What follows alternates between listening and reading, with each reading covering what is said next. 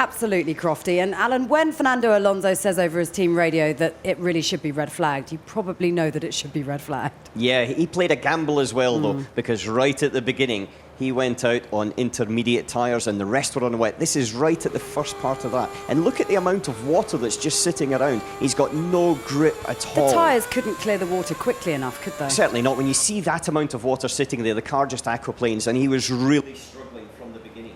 And we saw it later on. Really the big problem.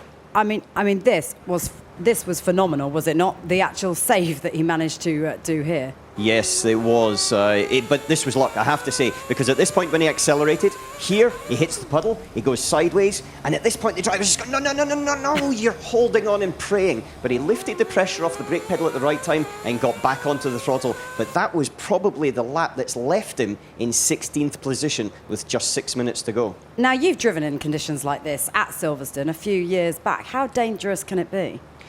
It can be very tricky. The problem here is it's quite flat, so the water doesn't drain off. And if it's been raining, the grass is already saturated. And I drove here in 2005, the worst conditions I've ever raced in. People were spinning off in the middle of the straight. Very, very difficult to try to drive that. Yeah, Force India, Vijay Mallya and Bob Fernley just trying to figure out what happens next, Crofty.